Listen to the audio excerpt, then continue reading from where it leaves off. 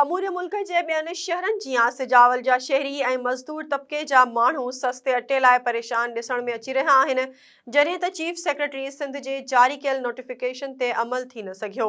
वधीक रिपोर्ट करे रहियो आहे सिजावल खां एसएस न्यूज़ जो रिपोर्टर अब्दुल रशीद ख़ासखेली। जी बिल्कुल, समूरे मुल्क जा सुजावल में अटे की क़ीमतुनि ते कमी में न अची सघी, उन हवाले से सिंध हुकूमत पारां जारी कयल नोटिफिकेशन मुजब 65 रुपया फ़ी किलो अटो विकिरो करण बजाय अञा ताईं सुजावल जे शहर में 160 रुपया 170 रुपया किलो अटो विकामजी रहियो आहे। उन हवाले से हिते मौजूद कुछ शहरी ऐं मज़दूरनि सां ॻाल्हि ॿोल करियूं था, तो उन्हनि जो छा चवणु आहे।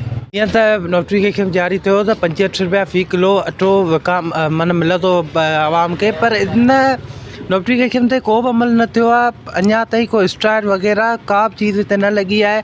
65 रुपया किलो छा, हिते 160 रुपया किलो फ़ी किलो अचे अटो विकामी रहियो आहे। 130 140 गरीब माण्हू केॾा वञे। गरीब माण्हू आहे, असीं गरीब आदमी यार मज़दूरी करे करे तबाह थी आहियूं यार। असांखे माना महांगाई जो दौर आहे, 500 रुपया दिहाड़ी मिलंदी, असांखे माना को असांजो धनी न को साईं। असीं मज़दूरी करियूं तॾहिं खाऊं। बटाटा वठूं 140 रुपया किलो, 50 रुपया किलो लॻो पिया। बसर 200 रुपया किलो लॻो पिया। अटो 140 रुपया किलो लॻो पिया। असीं गरीब माण्हू जॾहिं माना मज़दूरी करियूं तॾहिं 500 रुपया दिहाड़ी मिले, असांजी त मज़दूरी वधे कोन थी।